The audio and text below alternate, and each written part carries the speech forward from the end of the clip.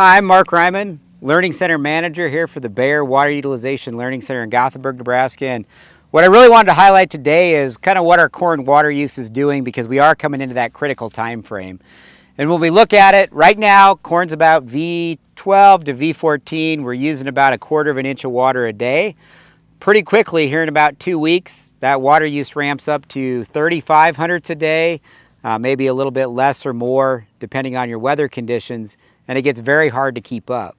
So what you're going to want to do is go out, probe your fields, make sure you know where you're at right now in terms of your soil moisture. Make sure that if you've been managing conservatively, and we really haven't limited a lot of yield to this point, but make sure if you're managing conservatively, we've got the ability to push that water use up and get that soil moisture profile in good shape coming into pollination, because that is really when drought stress limits our yields.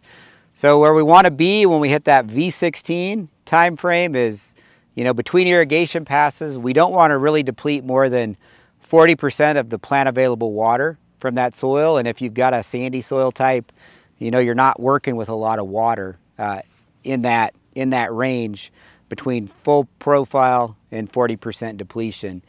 And corn can handle 50% without drought stress, but if you have something like a breakdown of your pivot, something happens, or maybe you get an extreme load control scenario, it's going to be really hard to keep up.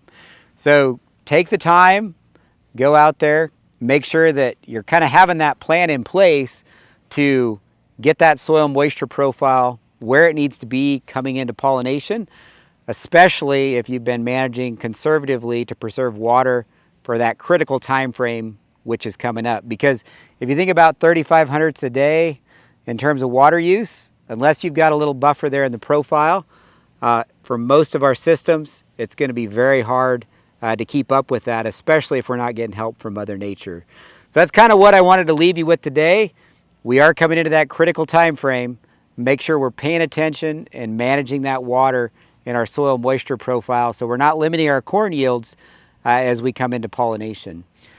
We'll look forward to bringing you more agronomic information next week here from the Gothenburg Learning Center. Thanks for watching this video from the Gothenburg Water Utilization Learning Center. For more information, please call 308-537-4500.